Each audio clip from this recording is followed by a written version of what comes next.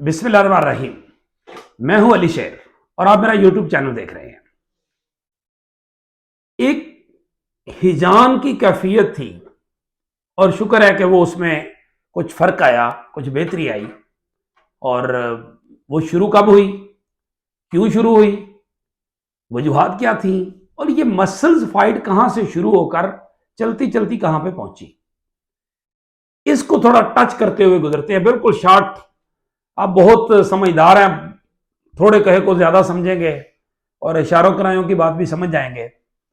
तो इसलिए मैं ये चाह रहा हूं कि बिल्कुल ये वाकयात कैसे हुए। मैं आपने देखा होगा कि एक तो बार यूट्यूब नहीं थी और बाकी भी वो था सारा मामला, मतलब सोशल मीडिया चल नहीं रहा था, और दूसरा मसरूफ भी इतने थे कि जिसकी हद नहीं है। तो उसकी वजह से वो आपके लिए कोई वीडियोस कर भी ना सका, हालांकि इतना ज्यादा वो चीजें चल रही थी, सारा कुछ हो रहा था। तो आज जब इस पहला जो एक तरह से इसको क्या कहें, ड्रामा कहें, फिल्म कहें, उसके उसके एक सीरीज जो है जो 9 मई से शुरू हुई थी, उस से लेके आज इमरान खान साहब की यानी गुज़िश्ता रोज जो रिहाई है, उनके लाहौर पहुंचने तक का जो मामला है, इस तक को थोड़ा सा कुछ वाकयात को कनेक्ट करते हैं, कोई डॉट्स मिला के नक्शा बनाने की कोशिश करते हैं कि ये सब क्या हुआ, फायदा क्या हुआ, कौम को ये कितने में पड़ा, सवाल क्या था, जवाब क्या हुआ, दरखास्त क्या थी, फैसला क्या हुआ, वो सब कुछ। अब चलते हैं 9 मई में। 9 मई को यह हुआ कि इमरान खान साहब जो है वो अपने एक दूसरे मुकदमे के लिए इस्लामाबाद में चीफ जस्टिस आमिर फारूक साहब की अदालत में पेश हुए। और जब वो डेयरी ब्रांच में अपने बायोमेट्रिक करा रहे थे, तो वो सबको मालूम है, जो ही हुआ तो एक जिसको कहते हैं ना वो स्टार्म इन दी डायरी रूम, कहां पे, chief justice Islamabad high court के चैम्बर के साथ वाकई, और वहां पे जनाब काम पड़ गया। रेंजर्स ने उठा लिया इमरान खान साहब को और वकला पे तशद्दुद, उनकी आंखों पे स्प्रे। इस्लामाबाद पुलिस खुद परेशान थी कि ये हो क्या रहा है, क्योंकि उनमें से उनको पता ही नहीं था कि ये क्या हुआ। और वो उसको उठाया और वो सारा कुछ करते चीजें और ले गए। सुप्रीम जो फैसला हुआ उस मामले पे, आमिर फारूक साहब ने जो फैसला दिया वो बहुत ही दिलचस्प था, और तारीख में ये फैसला जो है उसको एक हवाले के तौर पे रखा, लिखा और रिपोर्ट किया जाएगा, जिसको कहते हैं ना अच्छे फैसले, जो रिपोर्टेड डिसीजंस। उस लिहाज से शायद इस तरह का फैसला पाकिस्तान की तारीख में बहुत ही कम आया है या आएगा। मैंने एक वकील साहब से पूछा कि जी आप इस फैसले को कैसे डिफाइन करेंगे कि या तो जो एक्शन किया गया, मारकुटाई की गई, जख्मी किया गया, इमरान खान साहब को उठाया गया, और या तो फिर ये जायज था, ये सारा तरीकाकार ठीक था। अगर ये ठीक था तो फिर आईजी और सेक्रेटरी दाखिला और फलां को तो इन्हें अदालत के नोटिस और इंक्वायरी और एफआईआर क्यों?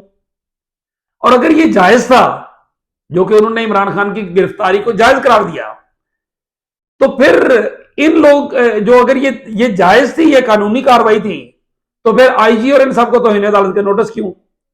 और अगर ये नाजायज थी तो फिर वो भी नाजायज था, फिर ये जायज कैसे होगी?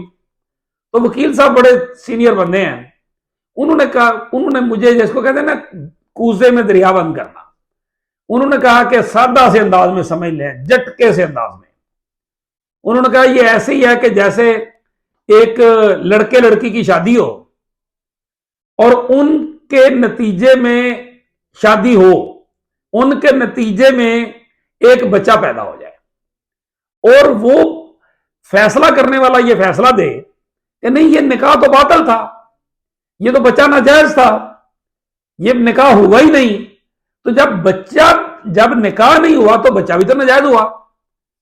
तो वकील साहब ने कहा कि ये जो फैसला है इसको इससे ज्यादा खूबसूरत अंदाज में और डिफाइन नहीं किया जा सकता, कि या तो ये शादी ही नाजायज थी, यानी एक्शन ही नाजायज था, तो बच्चा भी नाजायज था, और अगर ये एक्शन जायज था तो फिर बच्चा भी जायज था। तो ये एक सारे का सारा जो है ये इस फैसले में से निकला। अब आगे चलते हैं जरा तेजी से वो ये कि 9 मई के बाद जो कुछ मुल्क भर में हुआ बहुत ही अफसोसनाक था। जिस तरह का रद्देमल आया GHQ पे, कोर कमांडर हाउस पे, बाकी जगहों पे, शोधा की तस्वीरों पे, टैंकों पे, मतलब बिल्कुल इस बात से इत्तफाक है जो DGI-SPR ने कहा कि जो दुश्मन हमारे साथ 75 सालों में ना कर सका वो लम्हों में हो गया। बिल्कुल ऐसे है, इस बात से कोई इख्तलाफ नहीं है, लेकिन इसकी वजूहात का जानना बड़ा जरूरी है। अगर जानेंगे तो तब दोबारा किसी ऐसी सीरीज से बचा जा सकता है। कई कसूरवार उसके हो सकते हैं, साजिशें भी होती हैं, सब कुछ होगा, लेकिन वो वजूहात जानना होगी तब जाके बात बनेगी। अब आगे चलते हैं। गिरफ्तार किया गया, 2 दिन में कुछ नहीं निकला, सुप्रीम कोर्ट में अपील की गई, हाई कोर्ट से असद उमर साहब को उठा लिया गया उसी हाथे से। फवाद चौधरी को सुप्रीम कोर्ट से बाहर निकलते ही वो इंतजार करते रहे, किसी ने ना सुनी, वो उसको उठा लिया गया। वो और बात है कि उनके केस असद उमर और फवाद चौधरी के भी वही पड़े हैं उस लिहाज से। तो ये सब कुछ होने के बाद इमरान खान साहब जो है उनके हवाले से जो उनकी बर्गर क्लास ने रद्द अमल दिया, ये कोई इंडिया से आए हुए लोग नहीं थे, ऐसा नहीं था, ये हकीकत है। जो मर्जी कहें जी वो सर्च पसंद नासर ने हमारे नाम पे किया, कहने की बातें होती हैं, सारी सियासी जमातें ऐसे ही कहती हैं। जो खुफिया काम डालने वाले होते हैं वो भी ऐसे ही कहते हैं कि कोई कर गया, ये सब कहने की बातें मानते नहीं है। अगली बात, लेकिन इसमें जो एक बड़ी पॉजिटिव बात थी वो थी कि पाकिस्तान आर्मी की इंस्टॉलेशन पे जहां जहां भी गुस्से में भरे लोग, मर्द, औरतें, बूढ़े, जो भी गए, उन्होंने तहम्मुल का मुजाहरा किया। जवानों ने बहुत तहम्मुल का मुजाहरा किया और उसके नतीजे में पाकिस्तान और पाकिस्तान आर्मी एक और बड़े सानहे से बच गई। जिन्होंने ये किया उन पे तो एक्शन हो रहा है, जियो फेंसिंग के नतीजे में GHQ के सामने ये वो करने वाले लोग पकड़े गए, बाकी लोग भी पकड़े गए हैं, वगैरह वगैरह वगैरह चल रहा है। लेकिन ये एक अच्छा इकदाम था जिसको मानना चाहिए। आगे चलते हैं।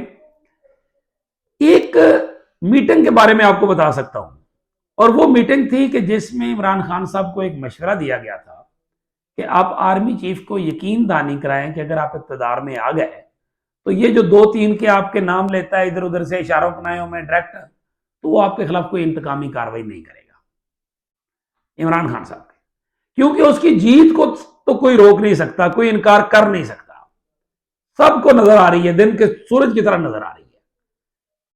तो उस पर खान साहब की राय थी कि मैंने उनको क्या कहा है और मैं ये यकीनदानी क्यों कराऊं। बहरहाल वो चीजें बैकडोर पे चलती रही, फिर उसके बाद असद उमर साहब ने यार भाई को एक इंटरव्यू दिया वगैरह। लेकिन हम कट शार्ट करते हुए चलते हैं कि ये मामला उसकी बैकग्राउंड और उस होता होता जब सुप्रीम कोर्ट में गया तो चीफ जस्टिस अतर मनल्ला साहब ने कहा कि ये आपने जो इस्लामाबाद हाई कोर्ट से जिस तरह से पकड़ा इमरान खान साहब को, ये आपने अदालतों को पैगाम दिया है।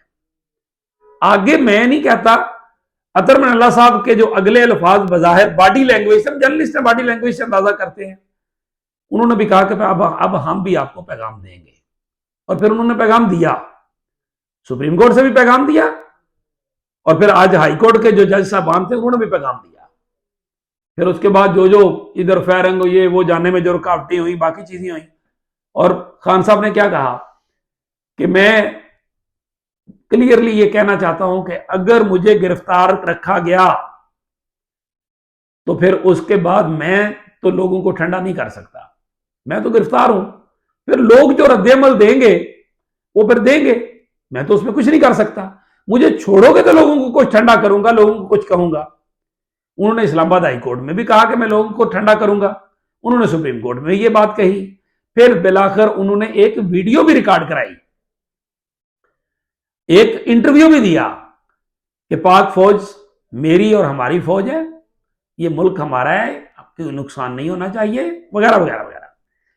लेकिन जब ये हुआ कि आखिरी मरहले थे, खान साहब की जमानत हो चुकी है, कई घंटों से बैठे हैं, अजीब तमाशा लगा हुआ है, और कह रहे हैं जी इर्द गिर्द फायरिंग हो रही है इस्लामाबाद हाई कोर्ट के, और पता नहीं क्या हो जाएगा, और अजीब फैसला नहीं हो पा रहा था, क्योंकि कहा जा रहा है कि राणा सनाउल्लाह साहब वज़ीर दाखिला जो थे वो कह रहे थे कि जी हम इनकी सिक्योरिटी वजूहात की बिना पे इनको अपनी तहवील में रखना चाहते हैं।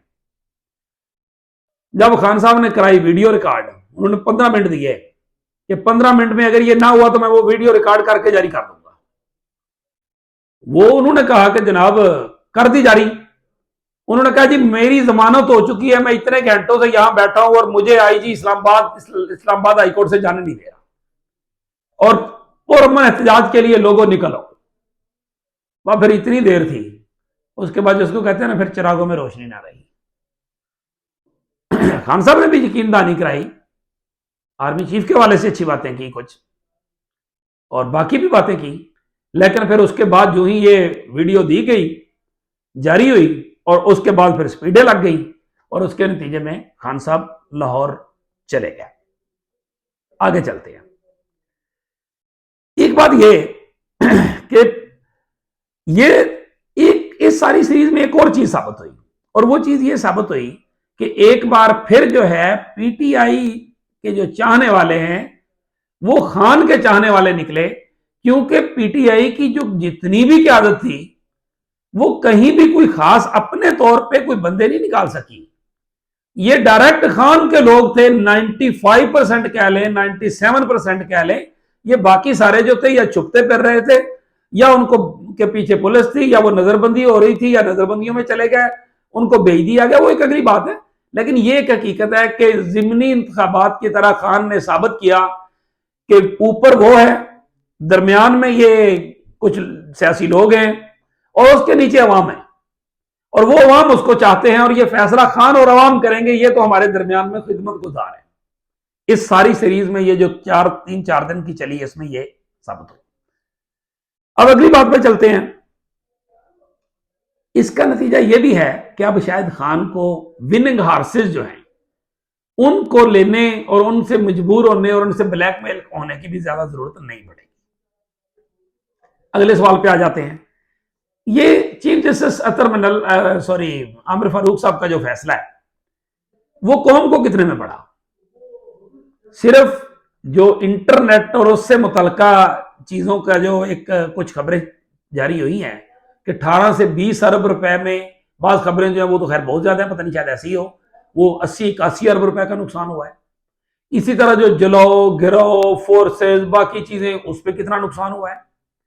फिर उसके साथ साथ जो मतलब पूरे मुल्क में जो चीजें जैम रही, जो ट्रांसपोर्टेशन नहीं हुई, गाड़ियां रुकी वगैरह वगैरह, उसके नुकसान का अंदाजा लगा लें वो कितना हुआ है। तो ये तो चीजें साथ साथ चलेंगी। अच्छा, अब आ जाते हैं, पीडीएम का इजलास हुआ। मौलाना फजलुर रहमान साहब ने एक प्रेस कॉन्फ्रेंस की और उसमें ऐलान किया कि जी हम सुप्रीम कोर्ट और हाई कोर्ट जो है वो इमरान खान की सहूलतकार बन गई है, लिहाजा हम इनके खिलाफ जो है वो लॉन्ग मार्च करेंगे, और वो मार्च जो है वो सुप्रीम कोर्ट के सामने होगा, धरना होगा। और जब मैंने उनसे पूछा कि जनाब आपके साथ तो बड़ी मुस्लिम लीग सुप्रीम कोर्ट के हमले का तजर्बा रखने वाली 1997 वाली मुस्लिम लीग नून मौजूद है, तो क्या आप उसके से तजर्बे से फायदा उठाते हुए सुप्रीम कोर्ट पे हमला भी कर देंगे या बाहर सड़क पे बैठेंगे?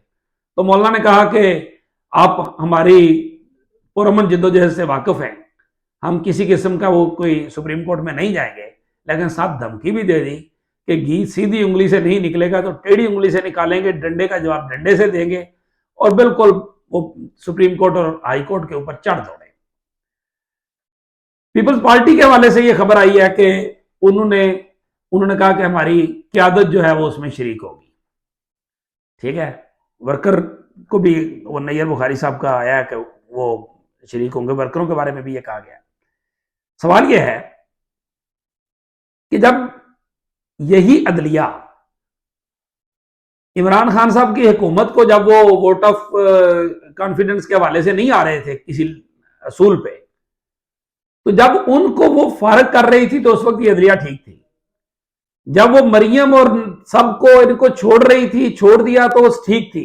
जब इसाक डार, कदवाई, हमजा, सलमान शबा सब आके बेलें ले लेके प्री रेस्ट जा रहे थे तो ठीक थी। जब नवाज शरीफ साहब 50 रुपए का स्टाम्प पेपर दे के बाहर चले गए तो ठीक थी। जब वो अदलिया किसी बाहर से नवाज शरीफ को बुलाने पे भी नहीं कह रही थी ऐसे जैसे बोल ही चुकी हो, तो वो अदलिया ठीक थी और ठीक है। लेकिन अगर आप अदलिया के दरवाजे तोड़ के इस तरह से उठाएं और उनकी तौहीन तज़हीक करें अदलिया की, और अगर वो उसके ऊपर अपनी इज्जत बचाने के लिए एक्शन भी ना लें, तो फिर अदलिया गलत है। अफसोस, इसी दोगलेपन ने इन तमाम जमातों को यहां तक पहुंचाया है। अभी अगर हम बात करें इमरान खान साहब की, तो लाहौर चले गए, आगे अदालती जंग जो होती है या बात जो भी होता है बाद की बात है। लेकिन इस बात में कोई शक नहीं कि इस वक्त पीटीआई और पीडीएम या हुक्मरान इत्तेहाद जो है, इनको आमने सामने लाने का प्लान बन चुका है। ये लड़ेंगे, इनको लड़ाया जाएगा, और उसके बाद मुमकिन तौर पे फिर कोई आके फैसला करेगा, और इनको शर्म नहीं आएगी कि कोई तीसरा आके फैसला करेगा। फिर एक और सवाल, अच्छा जी, वैसे तो दफा 144 है, फौज लगी हुई है, तो जब आप आएंगे हुकूमत में होंगे तो आपके लिए फौज नहीं होगी, आपके लिए दफा 144 नहीं होगी? यही सवाल हमारे साथी दुनिया न्यूज के दोस्त जावेद हुसैन ने जब मौलाना फजल रहमान साहब से पूछा, तो उन्होंने कहा कि इससे हमारा कोई लेना देना नहीं। कमाल है भाई, आपका कोई लेना देना नहीं। जब उनसे पूछा, मैंने पूछा कि क्या आप chief justice Umar Ata Bandial, justice अत्तर मिनल्ला और जस्टिस मोहम्मद अली मजहर के खिलाफ लाएंगे तौहीन रेफरेंस? तो उसके पे उन्होंने कहा कि इस सवाल को भी रहने दें। बात तो आप समझ ही गए होंगे। तो इनके इन चीजों के नतीजे में उन्होंने जो सोमवार को मार्च का ऐलान किया है कि वो सुप्रीम कोर्ट के बाहर पहुंचेंगे, ठीक है, तो वो साफ समझ आ रही है। तो फिर पता नहीं, शायद कुछ बंदे तकसीम करके इस्लामाबाद हाई कोर्ट के बाहर भी बिठाएंगे, सुप्रीम कोर्ट के बाहर भी बिठाएंगे। इस सारी सिचुएशन में बहरहाल अब भी रिक्वेस्ट है उन लोगों से जो इनके दरमियान कोई डायलॉग कर सकते हैं, करवा सकते हैं, किसी तरह से इस मुल्क का कुछ भला कर दे। क्योंकि आप देख लें कि जब खान साहब को गिरफ्तार किया गया तो डॉलर जो है वो 13-14 रुपए 15 रुपए तक 3-4 दिन में ऊपर चला गया, और जब जमानत हुई और आज जब चीजें कूल होना शुरू हुई तो वही जो है वो उसी तरह धड़ा, उसी कम से कम उतनी जगह पे वापस आ गया।